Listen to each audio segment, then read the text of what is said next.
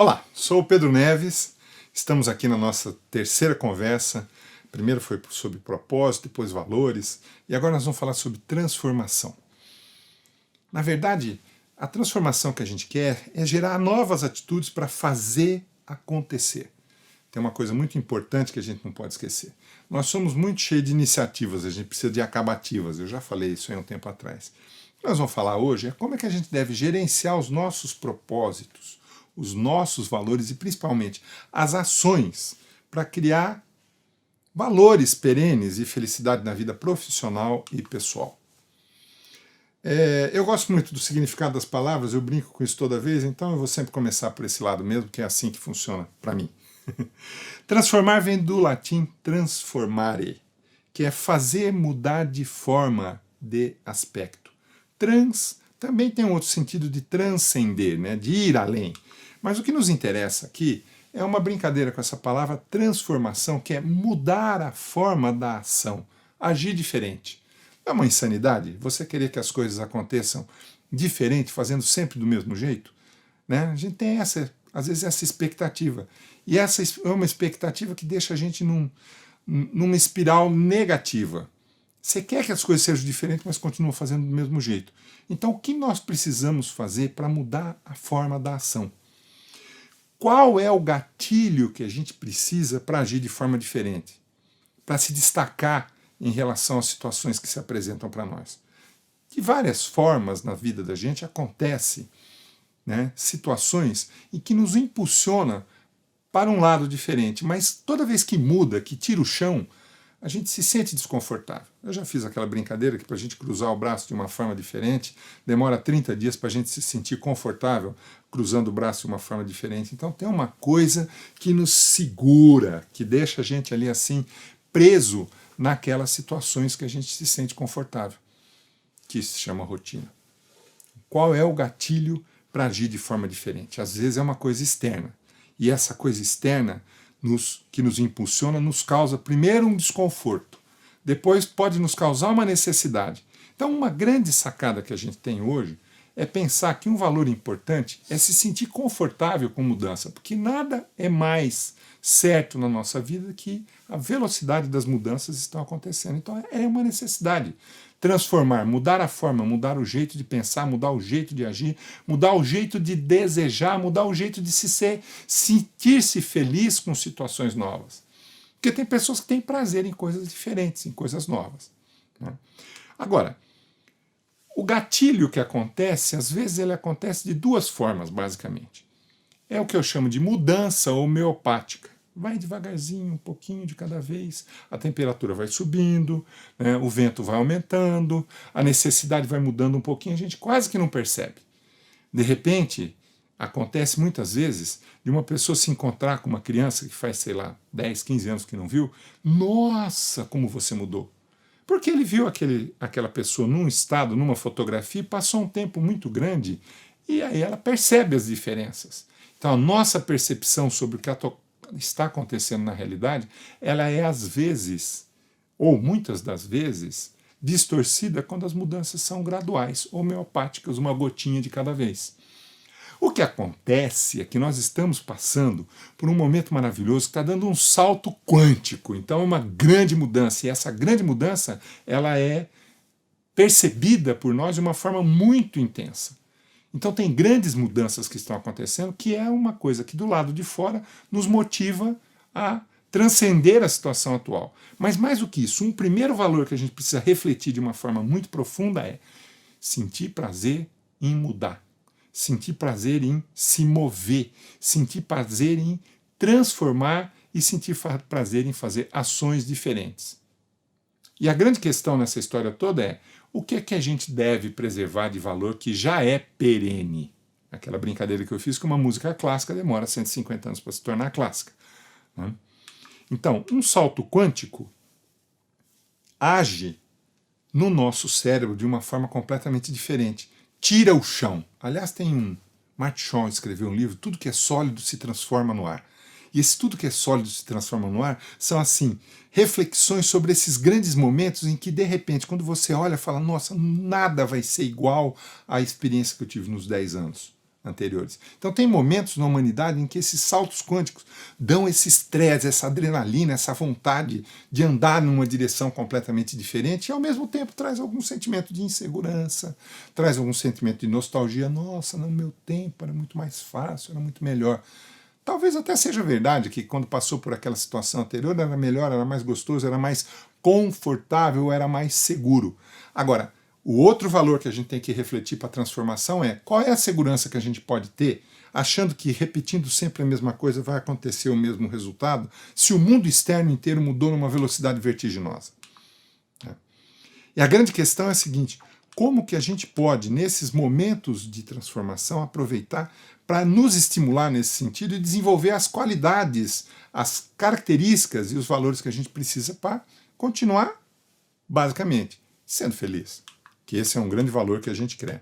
No meio dessa turbulência toda que a gente está vivendo, a questão é como é que a gente pode ser dono do próprio destino e fazer essas forças agir a favor da nossa felicidade.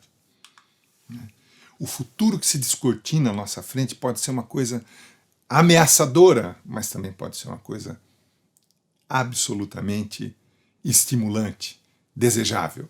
Qual é o futuro que a gente vai construir se a gente for dono do próprio destino? Veja quais são os novos paradigmas que a gente tem agora. Até um tempo atrás, para a gente estar online era uma coisa assim, muito difícil.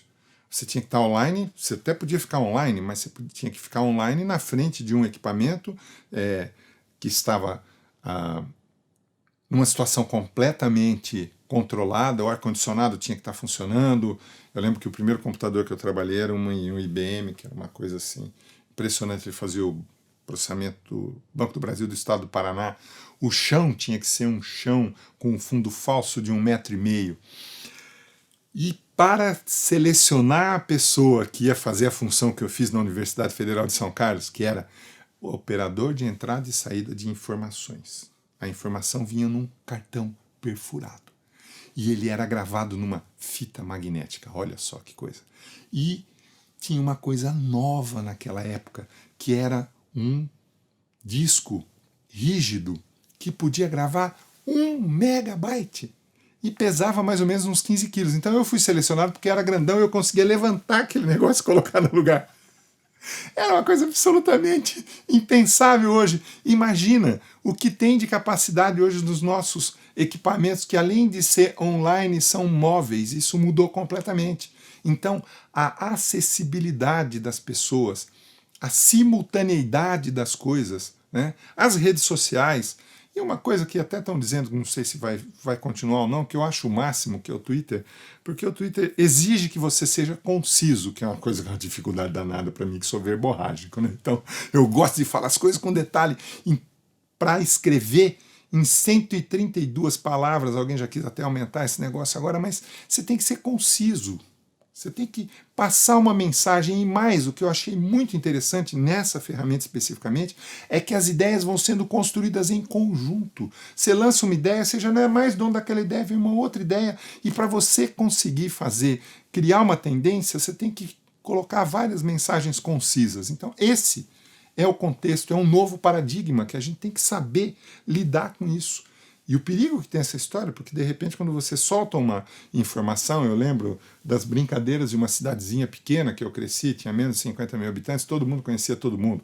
A gente falava brincando que um carro não precisava, por exemplo, dar sinal que ia virar à esquerda ou à direita, porque a gente sabia que aquela placa pertencia a uma determinada pessoa que naquele momento estava indo encontrar com a namorada dele, então ele ia virar à esquerda, ele não precisava dar sinal.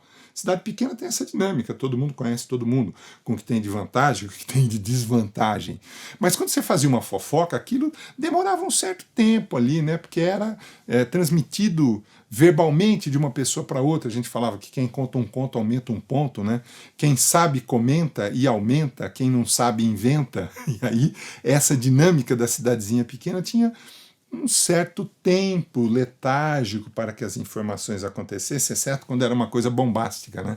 Como, por exemplo, a primeira vez que eu tirei uma nota baixa numa prova de português, quando eu cheguei em casa, minha mãe já estava sabendo que a nota baixa tinha sido, porque foi um evento na minha vida bombástico. Agora, você posta uma coisa e você não é mais dono daquilo. Os comentários, eles se multiplicam numa velocidade vertiginosa. Isso cria um novo contexto de transformação. E os perigos, né? Estive vendo agora recentemente uma reportagem sobre abuso virtual, abuso sexual virtual. A pessoa sequestra o controle da outra e obriga a outra pessoa a fazer coisas que ela não queria, e isso aí gera, né, uma situação muito negativa. Mas ao mesmo tempo que tem essa coisa toda negativa, olha o conhecimento fluindo numa velocidade vertiginosa, olha a possibilidade de compartilhar as suas sensações. Eu sei o que os parentes do meu pai lá no Nordeste estão fazendo, eles adoram esse negócio de Facebook, tudo é motivo para colocar lá, então eu sei qual é a roupa que ele está usando no aniversário. Quer dizer, essa simultaneidade, esse online, e ao mesmo tempo a possibilidade da gente desenvolver as coisas cooperativamente. Esse é um grande valor que a gente tem que transformar. E essa geração que está chegando agora decide as coisas em conjunto, já é um paradigma completamente diferente. Não é só a ferramenta tecnológica que disponibiliza isso, mas um comportamental completamente diferente. Tudo bem, a gente sabe que essa nova geração agora vai ter um desenvolvimento muito grande de um determinado músculo, né, que é o do dedão, porque todo mundo agora aprendeu a digitar as coisas com os 2 dedões. E eu, no caso, por exemplo, como estou um pouco mais velho que isso, eu tenho uma artrose aqui nesses 2 pontos. Então, tem uma coisa que a gente tem que verificar. Não só músculos diferentes que a gente vai usar numa brincadeira e numa analogia, mas quais são as partes do cérebro que a gente está desenvolvendo, que é a parte da cooperação. Então, sentir-se feliz e realizado quando a gente faz as coisas em conjunto, cooperando ou operando com outro grupo, faz a gente desenvolver outras habilidades e matar o negócio que é o egoísmo, que é a fonte de todos os nossos problemas, quando eu acho que eu sou mais importante que o resto. Para fazer em conjunto, eu tenho que abdicar da minha opinião, eu tenho que abdicar da minha satisfação completa, se essa satisfação completa ela for contra a satisfação completa do grupo, que nos leva a uma outra questão. O mundo nunca mais foi o mesmo depois do 11 de setembro. No 11 de setembro, quando aconteceu aquele desastre que mudou completamente a face geopolítica da humanidade, eu estava no World Trade Center de São Paulo, numa reunião, numa sala fechada, e alguém chega para mim e fala, vem ver. Quando eu entrei, era um ambiente corporativo daquele enorme, assim, um salão lá que dava a vista para Marginal Pinheiros, uma coisa bonita, a gente viu o pôr do sol lá de vez em quando e tal, né? Mas o que me chamou a atenção, tudo bem que as telas ainda eram aquelas telas de tubo, né, completamente diferentes, mas cada um tinha basicamente uma mesa e do lado uma outra mesa e do lado uma outra mesa, então a gente conseguia, em pé, ver todo mundo sentado, aquele monte de tela de computador que estava repetindo à exaustão a cena daquele primeiro avião que explodiu a primeira torre. E as pessoas todas em volta conversando, eram assim, uma energia negativa no ar, todo mundo assustado, né? Aí vira um maluco que fala para uma pessoa apavorada, não, mãe, eu estou no World Trade Center de São Paulo. Não, mãe, eu não posso ir embora agora, mãe. Não, assim que eu puder eu vou embora, eu não quero ficar aqui, pode deixar. Alguém vira, o que é aquele avião vindo na direção da gente? O cara quase se desmaia ali, né? Brincadeirinha boba no final das contas, né? Mas o que mais chamou a atenção daquela história toda era a simultaneidade, né? Todo mundo ligado naquilo. E o primeiro avião que explodiu demorou talvez uns 20 minutos para entrar na rede de televisão. Só que a televisão estava lá quando o segundo aconteceu. E quando o segundo avião explodiu, a segunda torre, foi quase que instantâneo. De repente, nossa, teve mais um. Aí vem a notícia do outro, quer dizer, essa simultaneidade de um fato bombástico, de uma tragédia, né? Nada é tão preocupante quanto a questão da gente ver lá 5.000 pessoas terem morrido. Mas o mais impressionante é que no ano anterior, tinha tido um momento importante na minha vida, eu tinha ido lá para Nova York e eu tinha subido lá naquele prédio. Eu tomei um drinkzinho lá embaixo, então aquele negócio veio, eu falei, meu Deus, olha o que aconteceu.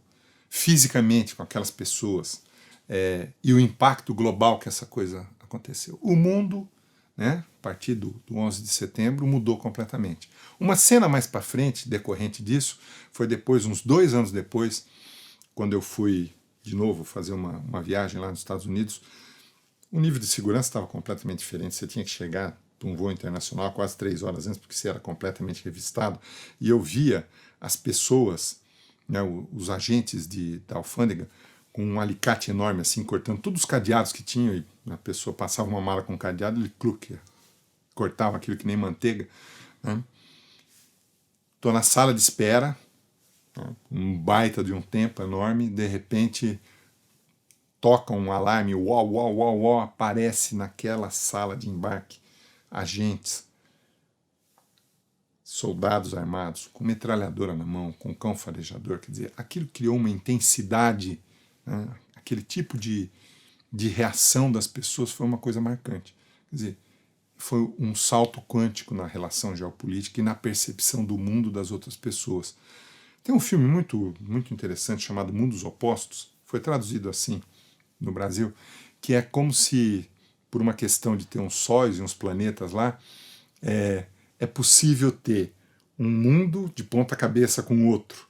E lógico, né, uma pessoa do mundo de baixo se apaixona pelo mundo de cima, uma bela de uma metáfora, e eles se encontram no meio do caminho, mas o mundo de cima é um mundo mais rico, é um mundo mais feliz, é um mundo financeiramente melhor, todos os bons empregos estão no mundo de cima, os melhores restaurantes no mundo de cima, e tem um restaurante tipicamente particular que num ponto em que a gravidade dos dois mundos eles se aproximam, então o máximo que o mundo de baixo consegue chegar é naquele restaurante, é ali que os personagens se encontram, obviamente, lá no final das contas, eles acabam desenvolvendo alguma coisa tecnológica que permite que o mundo de baixo se comunique com o mundo de cima. Então, olha só a metáfora dessa história. Como que a gente consegue ser feliz se ainda tem pessoas que estão num mundo oposto, que não têm os privilégios que a gente tem, que não têm as mesmas possibilidades de realização que a gente tem? Veja, o Gianetti escreveu agora... Eduardo Gianetti é uma pessoa que me impactou muito. Eu já, sinceramente, não lembro qual dos livros dele que eu li, mas ele fala uma coisa muito importante, que se até os 5 anos de idade a pessoa não tiver alimentação adequada, não tiver saúde adequada, não tiver água potável, ela vai comprometer o desenvolvimento futuro. E esses 5 primeiros anos são muito importantes no desenvolvimento. E quantos milhões de pessoas não têm essas coisas básicas, como alimentação, saúde e água potável? Nós estamos falando de coisas simples. Como que a gente pode se conectar com essas coisas? Que ações a gente pode fazer enquanto indivíduo, enquanto coletividade, para ser minimamente sensível àquelas pessoas que estão no mundo oposto ao nosso, que têm oportunidades completamente diferentes da nossa? Qual a transformação, qual a ação que a gente pode se conectar? Eu estou disposto a pagar um pouco mais por um produto que eu sei que aquela empresa respeita o meio ambiente, por exemplo? Eu estou disposto a pagar um pouco mais por um produto de uma pessoa que reverte parte do lucro para ter uma presença social diferente? E já tem pessoas fazendo isso. E já tem consumidores fazendo isso. O consumo consciente é uma coisa importante. Mas qual a consciência que a gente tem que ter? Qual a felicidade que a gente deve ter? Ser feliz sabendo que eu contribuo para a felicidade do grupo. Eu gosto muito de observar a sociedade japonesa. A sociedade japonesa tem esse senso de coletividade. Tem esse senso de que o indivíduo tem que se submeter ao interesse da coletividade e está predisposto a fazer certos sacrifícios em função da coletividade. E aí me vem uma lembrança, e que eu fiz isso também na época que o Collor era presidente. Ele vira e fala assim: por favor, sociedade, nós estamos com um problema de gás de cozinha. Eu acho que ele foi subornado pelos distribuidores de gás de cozinha, porque ele vai para a televisão e pede que as pessoas economizem. Eu comprei 4 bujões. Deixei o estoque lá em casa. Não vai faltar gás de cozinha. E não faltou. Né? Teve um boom de venda lá e tal. Depois eu fiquei refletindo, falei, meu Deus, a pessoa vem e pede para a gente economizar, e a minha reação foi pensar no meu estômago, né? E no meu conforto. Então eu comprei e paguei mais caro ainda, paguei ágil para ter aquilo, que virou uma alucinação. Né? Em alguns outros países a gente sabe que quando tem uma solicitação pelo bem da coletividade, as pessoas se predispõem a fazer algum sacrifício. Então esses são os valores que a gente tem que começar a pensar lá na base da base da base. Como que eu sou feliz se eu sou feliz só pensando na minha própria felicidade? Se eu não enxergo os mundos opostos que estão aqui do meu lado? Né? Não precisa ir muito, vai para a periferia aqui da cidade que você vai ver como é que o mundo é muito oposto. Começa a ter uma consciência, por exemplo, essa história toda que nós estamos passando agora, são mais de 65 milhões de refugiados de lugares que eles não têm a condição mínima, então as pessoas estão se movimentando de um lugar para o outro, deixando as suas raízes, deixando o seu histórico, deixando a sua vida para trás, se jogando num precipício para ter uma condição mínima um pouco melhor, e quando ele chega do lado de lá, ele é hostilizado. Outro dia eu fui atendido num posto de gasolina por um cidadão que não falava o português muito bem, ele era um afrodescendente, mas assim, fazia muito tempo que eu não via um afrodescendente genuíno, porque aqui a gente tem uma miscigenação, né, dizer essa coisa toda, a gente deveria estar mais aberto a essas coisas na nossa sociedade, que a nossa sociedade tem uma miscigenação muito grande, né, e ele se esforçando com a língua, né, e me veio na minha cabeça, falei, meu Deus, essa pessoa abandonou o seu passado para estar aqui. Eu me senti muito bem de ver que ele tinha uma oportunidade de trabalhar. Ele era um frentista num posto de gasolina, né? E as pessoas conversando com ele normalmente ali e tal. Era uma pessoa que se destacava completamente, falava um português arrastado. Quer dizer, esse é um valor importante coletivo que a gente precisa desenvolver. Nós temos essa chance de olhar para a humanidade e falar o que a gente pode fazer, qual a ação que a gente pode ter em relação a isso. No mínimo, internamente, desejar que essas pessoas, né, sejam bem recebidas, e quando tiver uma oportunidade de fazer isso, que a gente o faça de uma forma, né, sei lá, muito mais efetiva, no sentido de deixar a pessoa confortável, porque no final das contas, uma grande imagem que a gente não pode esquecer, estamos todos numa grande nave espacial, indo junto para um futuro junto, né? Somos todos passageiros da mesma viagem. Somos todos passageiros da mesma nave espacial. Como que eu posso achar que aquela pessoa não tem impacto na minha vida, o que acontece com a vida dela? E aí a gente caminha para a questão de quais são os propósitos, revisitando um pouquinho aquele outra de uma forma bem resumida, só para servir como uma base aqui para a nossa conversa. Quais os propósitos que a gente tem que selecionar, que vai nos gerar uma motivação excepcional, que vai religar a criatura ao Criador. Esse é o ponto importante. A religião não é uma coisa sectária, não deveria ser uma coisa sectária, porque na base de todas as religiões tem uma coisa em comum. Todas elas deveriam, ou devem, ou no seu princípio básico, religar a criatura ao Criador. Quais os nossos propósitos que faz eu me religar ao meu Criador? Quais são os propósitos que faz a vida valer a pena para levantar de manhã e enfrentar as nossas dificuldades? E como que eu posso fazer para viver plenamente cada momento? Eu já falei isso, eu vou repetir rapidamente. Nós estamos presos entre dois infinitos, o infinito passado e o infinito do futuro, quando o que existe concreto e real é o momento agora que a gente está vivendo. Né? E quais os valores que a gente tem que privilegiar que vão causar conexão com todo esse ambiente que existe, o ambiente físico, o ambiente psicológico, o ambiente espiritual? Qual é o valor que vai me direcionar para fazer trabalhos em cooperação?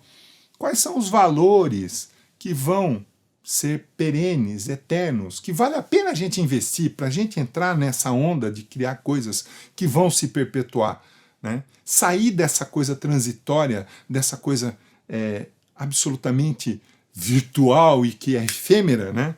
E criar um valor de vida diferente, que valoriza o ser humano. E como é que a gente vai ser um humano nessa história? Então eu penso sempre num círculo muito legal que sai de conexão, que vai para a cooperação, depois isso gera valores perenes, que aí aumenta o valor da vida, que melhora o valor do ser humano, que muda a forma de ser humano e depois passa de novo, mas passa ciclotimicamente, mas não passando na mesma situação. Não é um movimento em duas dimensões, é um movimento em três dimensões, que você começa num determinado patamar, ele possibilita que na próxima vez que você for revisitar aquela situação, você já está numa situação diferente. Então eu chamo isso de espiral positiva, que você vai não crescendo, revisitando essas situações diferentes, agindo e se transformando para fazer as coisas de uma forma diferente. Uma das músicas que mais me impactaram foi dos Paralamas do Sucesso. A música é Seja Você. Eu acho que o Herbert Viana foi genial nessa história. Não vou me atrever a cantar aqui, né, para não espantar todo mundo, porque eu cantando sou muito desafinado e fora de ritmo, mas eu até impinjo isso em alguns desavisados quando tem algum teor etílico um pouco maior, que aí vai esquecer os... Mas como poesia, ele fala assim, vai sempre ter alguém com mais dinheiro, mais respeito, mais ou menos tudo que se pode ter.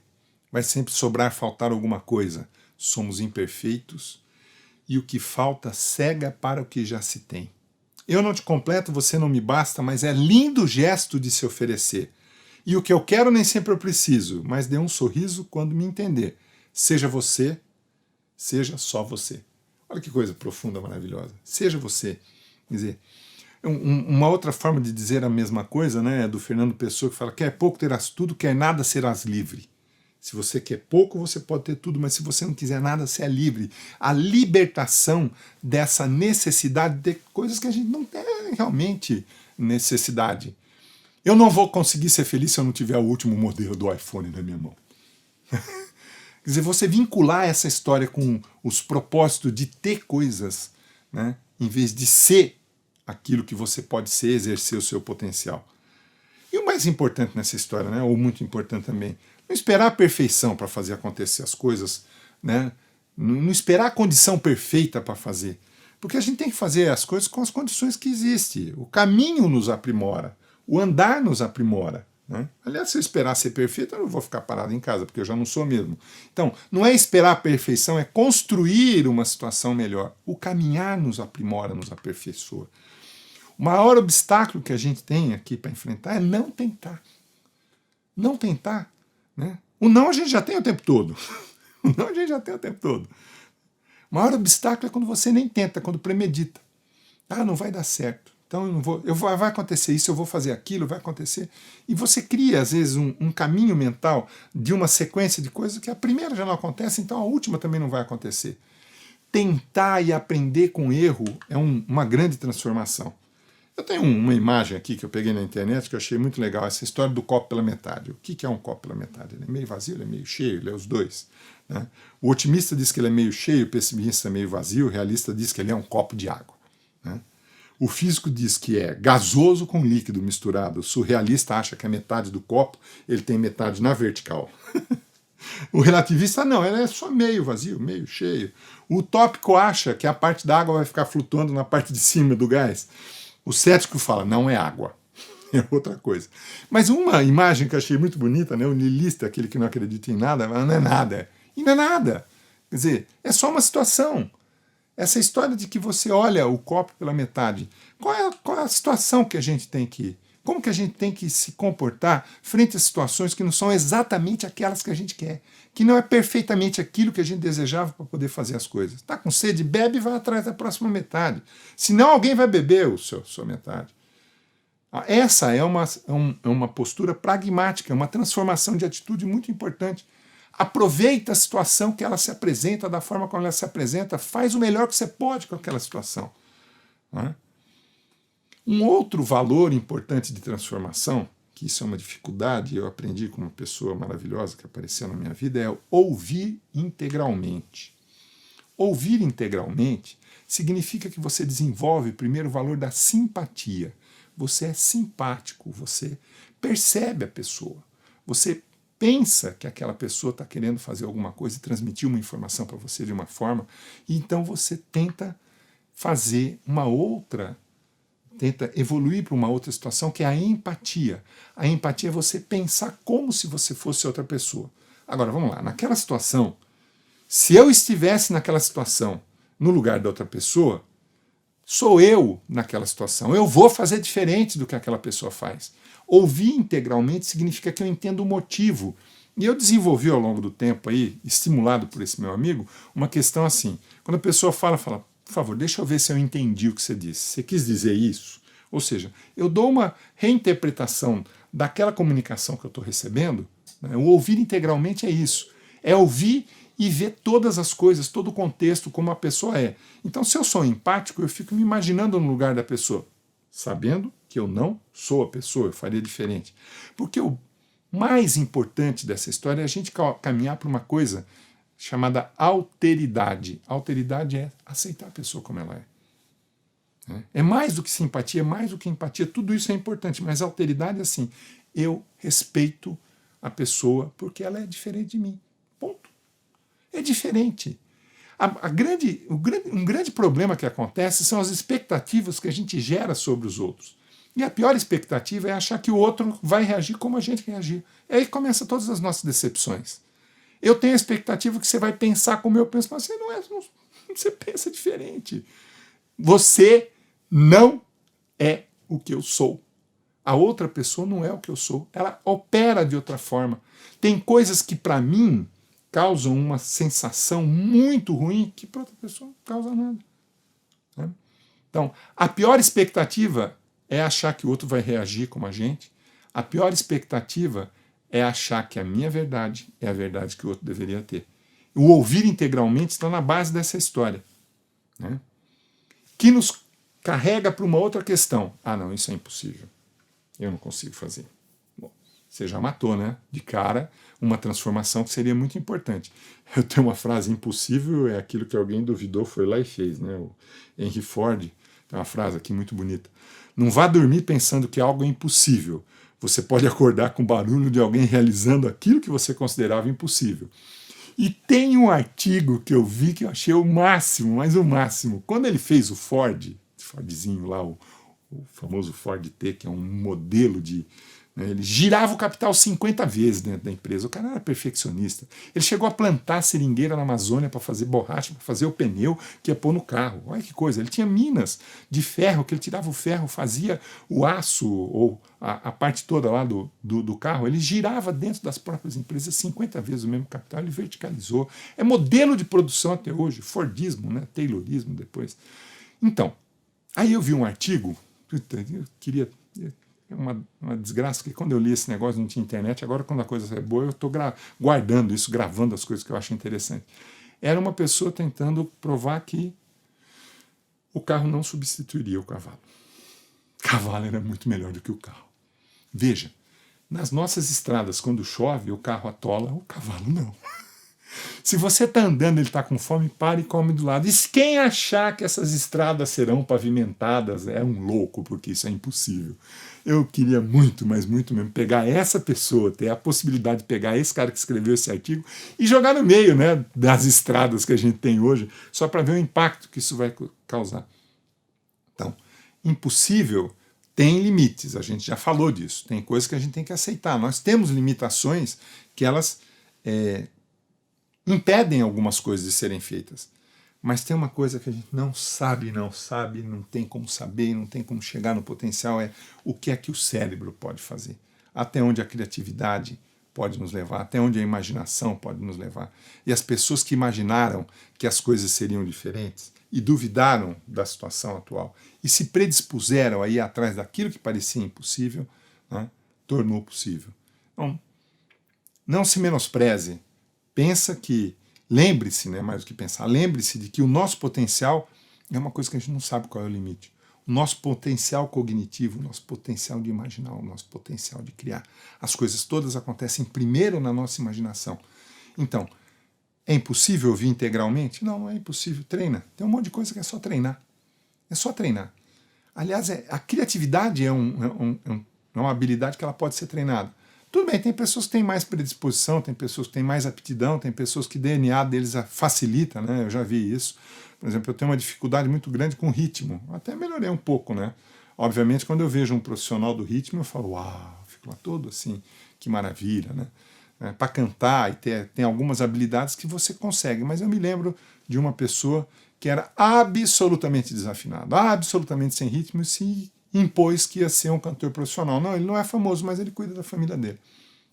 Eu lembro, porque eu vi o salto que aconteceu 10 anos depois. Eu encontrei o nome dele, era Márcio, né? Eu encontrei o Márcio 10 anos depois. Falei, nossa, que maravilha! Porque eu fui ver as primeiras apresentações dele. Falei, meu Deus, acho que ele vai passar fome. Não passou. Ele se desenvolveu. Ele se dedicou àquela coisa que eu falo, puxa, é impossível esse cara se tornar um profissional desse. Ele se tornou. Porque ele queria fazer isso, ele tinha prazer naquilo. Então, uma grande questão é isso. Como eu vou ter prazer em ouvir integralmente, em me perceber a pessoa, em fazer a cooperação, né? Porém, uma coisa que nós precisamos trabalhar como sociedade é foco. O Carlos Drummond de Andrade escreveu uma frase aqui que eu vou ler para vocês, por isso que o meu olho está para baixo agora. Perder tempo em aprender coisas que não interessam priva-nos de descobrir coisas interessantes. E tem um senso nessa história que é importante, que é relevante a gente lembrar. A urgência sobrepõe aquilo que é importante. Então tem coisas que são urgentes e a gente vai perdendo o foco daquilo que é importante.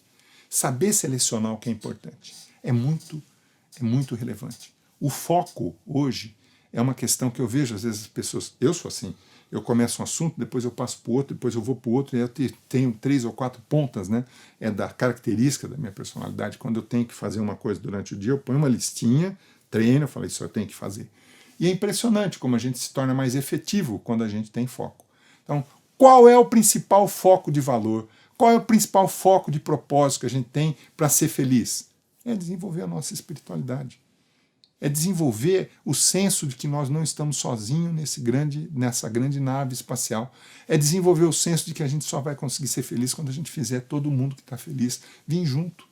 Porque fazer isso sozinho, você vai chegar lá na frente e você vai ver que esse é um propósito vazio. É o que acontece com um monte de CEO. Vende a alma para o diabo, hipoteca a vida, né?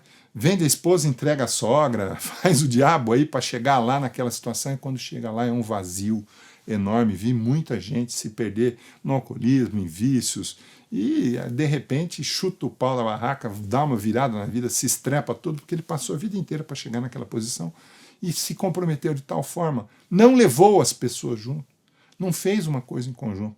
Esse é um grande valor e um grande propósito que tem que ser repensado. Essa é uma atitude que a gente tem que tomar. Outra coisa, tem um livro aqui do Paulo Yazigi, chamado Resiliência, que eu vou falar um pouquinho sobre isso. Resiliência significa saltar para trás ou recuperar-se, voltar ao estado normal. Uma mola tem resiliência. Você estica a mola, ela volta. Isso se chama resiliência. Tá? Só que quando você estica a mola, ela já não volta mais no exato lugar que ela estava, porque a resiliência física é uma coisa que vai, ao longo do tempo, perdendo essa capacidade de se restaurar.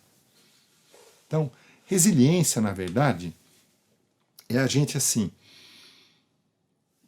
ter a consciência de que os limites da superação estão só na nossa mente. Se a gente não pode fazer tudo, a gente tem que fazer tudo que a gente pode. Né? A gente não sabe como viver bem a vida e atingir a nossa plenitude, mas a gente tem que saber se recuperar, retomar o ciclo, permitir novas oportunidades, oportunizar a felicidade. Aconteceu uma coisa ruim? Aconteceu uma coisa ruim, mas não é ruim, a vida não vai ser ruim o tempo todo, a vida é cheia de altos e baixos. Então, na verdade, a resiliência pode ser desenvolvida, pode ser praticada, pode ser aprimorada. Enfrentar os problemas, as crises, entender que essas crises são oportunidades de aprendizado, é a base para você se recuperar. Né? O que nos define é a forma como a gente levanta depois que a gente cometeu um erro. E como é que a gente pode enfrentar os conflitos e as dificuldades que acontecem? Bom, a gente pode entender, assimilar e agir. A gente pode evitar e desvalorizar as consequências. A gente pode fazer o mínimo que tem o menor risco. A gente pode negar que existe uma crise, um problema. Pode supervalorizar e dizer que tudo é urgente. E às vezes cada uma dessas situações elas são válidas em circunstâncias específicas.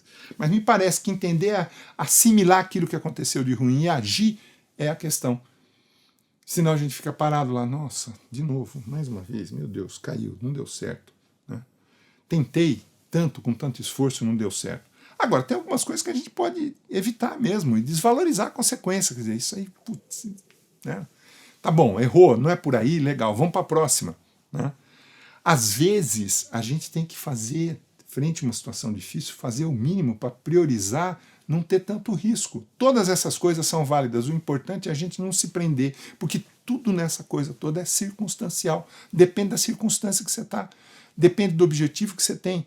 Então, saber se recuperar das coisas ruins que acontecem é fundamental, porque a coisa ruim vai acontecer. Né? A lei de Murphy é uma coisa maravilhosa. Né? Tem um enunciado estatístico da lei de Murphy, diz o seguinte: em uma série de eventos igualmente prováveis, quer dizer, a possibilidade de acontecer é igual para todos eles, num dia de Murphy vai te acontecer sempre a sequência que mais vai te encher o saco.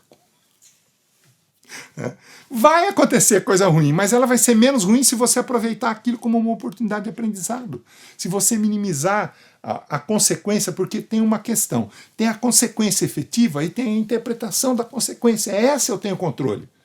Eu posso interpretar a consequência daquela coisa ruim como uma coisa absolutamente ruim, só ruim. E isso, o impacto que vai causar dentro de mim, eu sou dono, tenho que ser dono desse impacto, eu tenho que controlar essa coisa que permeia para dentro da gente. Né? É isso que está dizendo. Eu posso ser reativo, que só reclama do azar e não tem jeito de não lembrar do leão e da hiena triste. É uma vida, é uma dor, não vai dar certo. Né? Ou você pode sair para uma postura de ser dono do seu destino, comprometido e focado. Você pode ser uma pessoa que depende completamente de terceiros para te impulsionar, ou você pode ser uma pessoa que lidera a mudança, que ultrapassa os seus limites. Você pode ser lento para fazer as coisas, ter uma baixa autoestima. Ou pode ser aquela pessoa que cria oportunidades. e corrija suas limitações. E aí eu vou direcionar para um próximo aqui, o Fernando Rui, que escreveu um livro, Como Criar Novos Hábitos, que eu achei muito importante, né? E ele basicamente sugere que tem 3 etapas para fazer isso. Você tem que definir qual é a rotina para você criar novos hábitos, porque novos hábitos vêm da rotina. E os hábitos que a gente tem foram coisas que a gente repetiu, recebeu de fora um monte de input que a gente deixou que entrar e se transformar em valor. E para a gente criar novos hábitos tem técnica, tem prática, tem experiência. Então, primeiro, você precisa definir uma rotina de um novo hábito que você deseja. E aí tem que identificar qual é o gatilho que leva a gente para aquele tipo de situação. E aí você vai pensar numa recompensa quando você mudar um novo hábito, né? Apesar de nem sempre essa coisa ser óbvia, a rotina, né, muitas vezes ela é inconsciente, e é aí que está o perigo. O importante é que a gente tem que ser capaz de analisar quais são os comportamentos e planejar como mudar, qual é o comportamento que a gente quer mudar. Identificar o que você quer mudar antes de ir para o segundo passo. Então, vamos lá. Eu não quero me sentir mal quando uma coisa nova acontece na minha vida. A minha rotina é, tudo que é novo eu rejeito. Como é que eu não rejeito o que é novo? Qual é o gatilho que me faz disparar uma sensação ruim frente a uma situação nova? Insegurança, medo de que não vai dar certo, que eu vou ser substituído. Pensa num ambiente de trabalho, vem alguém com uma proposta diferente, que vai mexer no meu queijo, vai mudar minha rotina. Fala, opa, peraí, ele quer o meu lugar. Então, por que a gente está sempre pensando primeiro nas coisas ruins e nas consequências ruins?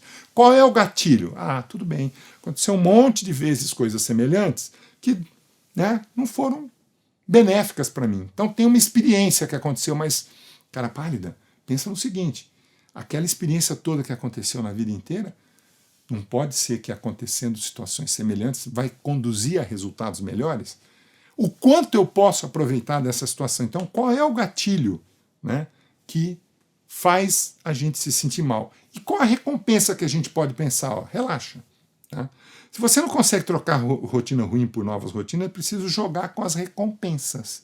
Quer dizer, peraí, se eu agir dessa forma diferente, eu vou me permitir uma situação confortável, uma situação agradável, uma situação mais feliz. Por exemplo, se a gente está comendo comida ruim e se alimentando de uma forma que não é saudável antes de dormir, por exemplo, a gente tem que substituir a recompensa dessa rotina. Substituir a comida por algo mais saudável ou apenas descansar por alguns minutos. Depois, liga um cronômetro e aguarda 15 minutos e pergunta se você ainda sente a mesma vontade de se alimentar daquela forma desagradável. Por que eu estou usando isso? Porque eu fiz isso a minha vida inteira. Obviamente, isso me conduziu a ser o obeso que eu nunca gostei, né? E isso criou uma circunstância física que me obrigou agora a tomar uma atitude radical em relação a isso, porque a orientação médica é que a minha coluna não ia suportar o peso que eu tinha. E ainda hoje eu tenho que lutar com essa história, que a minha tendência de rotina é chegar no final da noite e me entupir de coisa que não é saudável. Então, refletir sobre o que está acontecendo. Isola qual é o gatilho que faz a gente fazer aquilo. É um lugar, é um horário, é um estado emocional, são outras pessoas.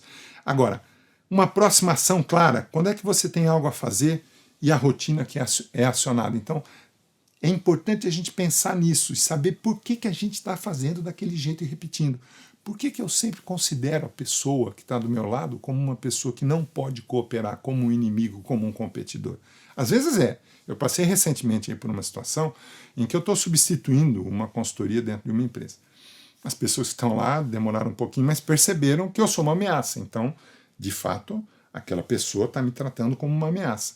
Mas devagar, colocando as coisas, contribuindo. Eu elogiei, porque tinha um motivo para elogiar, a pessoa estava trazendo uma coisa muito importante. E os próprios donos dessa empresa estavam perguntando, escuta, você tem algum problema de fazer parte do seu trabalho junto com elas? Eu falei, problema nenhum. Aí eu descobri que são pessoas que podem agregar muito e muito. Claro, ela ainda, né, principalmente uma das duas, uma já melhorou um pouquinho, mas uma das duas ainda me trata como uma ameaça. Só que o contexto das pessoas em volta é cooperativa, que ela é uma empresa cooperativa, todo mundo faz tudo em conjunto. O presidente fala assim, não, eu queria fazer isso, mas ele submete aos seus pares. É um ambiente muito interessante mesmo de desenvolver as coisas, né? Agora, Se você tem um hábito que você quer eliminar, você tem que anotar em que circunstância, em que horário, em que gatilho, qual é o sentimento que você tem quando você está praticando daquela forma. Né? E mais importante, criar um plano. Planeja uma rotina e uma recompensa para aquele hábito novo que você quer. Fique alerta que quando o gatilho aparecer, você tem que agir de acordo com o plano de substituição. E aí, ao longo do tempo, você recondiciona qualquer coisa que você quiser. Qualquer sentimento ruim que você tiver em relação a qualquer circunstância. Faça um primeiro teste. Walter Mischel fez um teste que é chamado o teste do marshmallow. Né? É o teste da força de vontade. Então ele pôs um doce na frente de uma criança. E a criança que ficasse na frente desse doce durante 15 minutos sem comer, ganhava outro doce. Impressionante, né, que o percentual das pessoas que tiveram a força de vontade de resistir àquela tentação de comer rapidamente o primeiro e dane-se depois o segundo, o resultado das pessoas que tiveram, das crianças, o resultado nas escolas das crianças que tinham força de vontade era muito superior àqueles outros que não tinham. E força de vontade é um hábito que você consegue também desenvolver. Né? Eu acho muito, mas muito bonito, porque o meu pai era um alcoólatra, ele parou de beber nos Alcoólicos Anônimos, e quando eu fiz 18 anos me levou lá dizendo, esse aqui é o motivo real de eu ter parado. Os Alcoólicos Anônimos é um grupo de autoajuda em que eles pedem um dia de sobriedade, e tem 3 coisas que eu acho muito importante a gente discutir e compartilhar com vocês. Primeiro, aceitar o que não pode ser mudado. Essa é a coisa que eles falam lá toda vez. Coragem para mudar o que pode ser mudado. E discernimento e inteligência para saber o que é um e o que é o outro. Né? Tem hora que você tem que aceitar que as coisas não tem jeito mesmo, não está na tua alçada mudar aquilo. Mas tem coisa que está na tua alçada, você tem que ter coragem de ir lá e fazer. E tem que ter o tempo inteiro, tá treinando para saber, né, com discernimento e inteligência, o que é que pode e o que não pode, o que está na minha alçada fazer. E aí eu vou usar uma pessoa maravilhosa aí na vida da gente, né? Uma pessoa chamada Emmanuel, né? Um espírito que ajudou aí o Chico Xavier a trazer muito conhecimento para nós, que ele fala o seguinte: o conhecimento patrocina a libertação de nós mesmos. Conhecimento patrocina a libertação de nós mesmos. Então, propósitos e valores superiores, senso de pertencer a um plano superior, sucesso em conjunto e fazer diferente para fazer a diferença num mundo cada vez mais conectado, é o grande propósito que eu gostaria de deixar para vocês como um estímulo e um incentivo para a gente mudar a nossa rotina nessa direção. Obrigado pela atenção de vocês.